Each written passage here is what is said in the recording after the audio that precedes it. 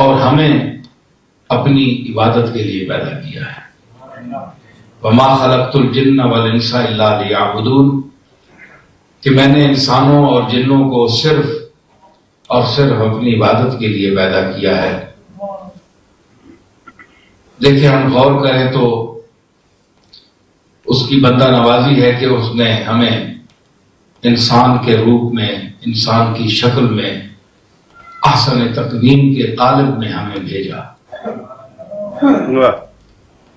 جنید بغدادی رحمت اللہ علیہ ایک ہمارے بڑے صوفی گزرے ہیں. ایک مرتبہ جا رہے تھے، انہوں نے ایک کتے کو دیکھا. دیکھ کر تھوڑی دیر دیکھتے رہے اور پھر رونے لگے. لوگوں نے پوچھا حضرت کوئی بات تو ایسی نہیں ہے، یہ کتا سامنے آیا اور آپ کچھ دیر اس کی طرف دیکھتے رہے، اس کے بعد آپ رونے لگ گئے، اس کی وجہ کیا ہے؟ فرمایا کہ اس کتے نے مجھ پر ایک سوال کیا، میں اس کا جواب نہیں دے سکا، تو مجھ پر اللہ کی خشیت طاری ہو گئی، ڈر اللہ کا خوف طاری ہو گیا، میں رونے لگا. اس نے کہا کہ حضرت شبلی تھے، انہوں نے کہا حضرت کیا بات ہوئی؟ تو فرمایا کہ کتے نے مجھے دیکھ کر سوال کیا کہ جنید تو آج جبہ اور قبہ پہن کر جا رہا ہے، ہزاروں مرید تیرے ساتھ ہیں، تو ایک بہت بڑا فاضل آدمی ہے، علامہ ہے، بڑی تیری شان ہے، بڑا مقام ہے، بغداد میں تیری ایک وجاہت ہے، تو نے اللہ کی کون سی خدمت کی جس کے صلے میں تجھے اس مقام پر اس نے پہنچایا؟ اور میں نے اللہ کی کیا گستاخی کی کہ مجھے کتا بنا دیا؟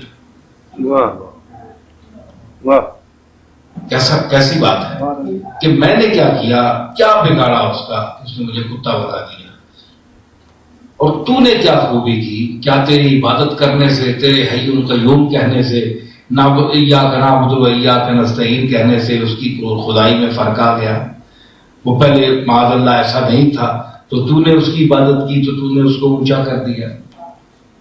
کیا وجہ ہے تجھے اتنا بڑا اور اونچا اور شان والا کہ دنیا انسان تیرے پیچھے چل رہے ہیں، تیرے ہاتھ چوم رہے ہیں، تیری قدم بوسی کر رہے ہیں، اور میں گلیوں میں مارا پھر رہا ہوں، پتھر لوگ مارتے ہیں، میرا حال جو ہے تم جانتے ہی ہو، میں نے کیا بگاڑا ہے؟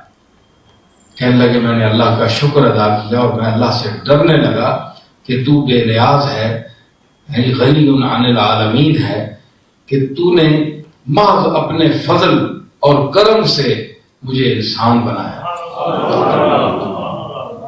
اگر مجھے حیوان بنا دیتا، کتا بنا دیتا، خنزیر بنا دیتا، کچھ بنا دیتا تو ہم کیا کر سکتے تھے؟ تو یہ اس کا کتنا کرم ہے کہ اس نے ہمیں انسان کے ڈھانچے میں بھیجا، احسن تقویم میں. لقد خلقنا الانسان فی احسن تقویم. اور کتنی نوازشات ہیں، کتنا کرم ہے.